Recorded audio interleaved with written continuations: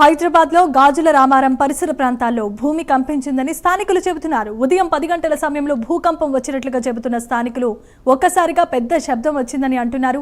భయభ్రాంతులతో ఇళ్ల నుంచి పరుగులు తీశారు. ఉదయం 10 గంటల 17 నిమిషాల ప్రాంతంలో స్వల్పంగా భూమి కంపించిందని అంటున్నారు. దీంతో గేటెడ్ కమ్యూనిటీ అపార్ట్మెంట్ వాసులు రోడ్లపైకి వచ్చేశారు.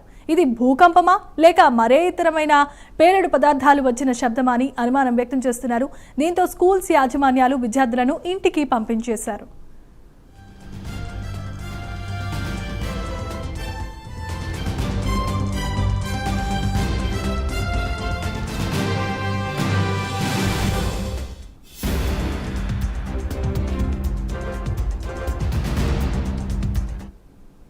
మౌలిక, మేము ఉండేది ఆదర్శ్ నగర్ జీడిమెట్లలో ఉంటాము. ఈరోజు మార్నింగ్ అరౌండ్ 10:15 to 10:25 మధ్య భూమి కంపించినట్టు అయింది. ఒకేసారి లైక్ ఒక హాఫ్ మినిట్ అలా వచ్చింది. అందరూ బయటకు వచ్చి చాలా భయపడ్డాము కూడా.